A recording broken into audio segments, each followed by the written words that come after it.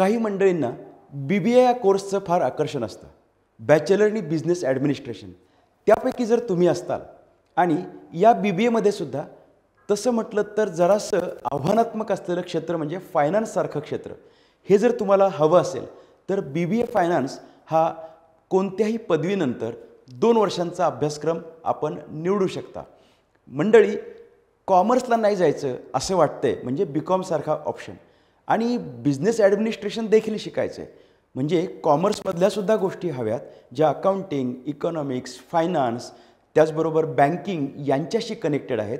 त्यासोबत business administration शिकायचं आहे, मॅनेजमेंट शिकायचं आहे. पुढे जाऊन मात्र जे काम करायचं आहे ते finance consulting, financial management, portfolio management, share trading, economics, हे म्युच्युअल्स अशा सगळ्या गोष्टींमध्ये काम करायचं आहे. जमलंच तर MBA सारखा, MBA फायनान्ससारखा ऑप्शन देखील आपल्याला हवा असेल तर त्या केसमध्ये BBA इन फायनान्स हा ऑप्शन निश्चितपणे उपयुक्त ठरू शकतो, ज्यामध्ये कॉमर्समधल्या त्याच ट्रॅडिशनल गोष्टी बाजूला ठेवून आपण एक आधुनिकतेचा स्पर्श असलेला कोर्स करू शकतो, ज्याला मार्केटमध्ये व्हॅल्यू आहे, ज्याला उच्च शिक्षणासाठी संधी उपलब्ध आहे आणि ज्याला आत्ता त्या कोर्सच्या माध्यमातून प्रत्यक्ष कॉर्पोरेट आणि फायनान्शियल कामं करता येणं शक्य आहे. त्यामुळे MBA फायनान्सकडे जाताना पूर्वी BBA फायनान्सचा कोर्स करून जर तुम्हाला जावं असं वाटत असेल तर हा 12वी नंतर 3 वर्षांचा पदवी अभ्यासक्रम करायला हरकत नाही.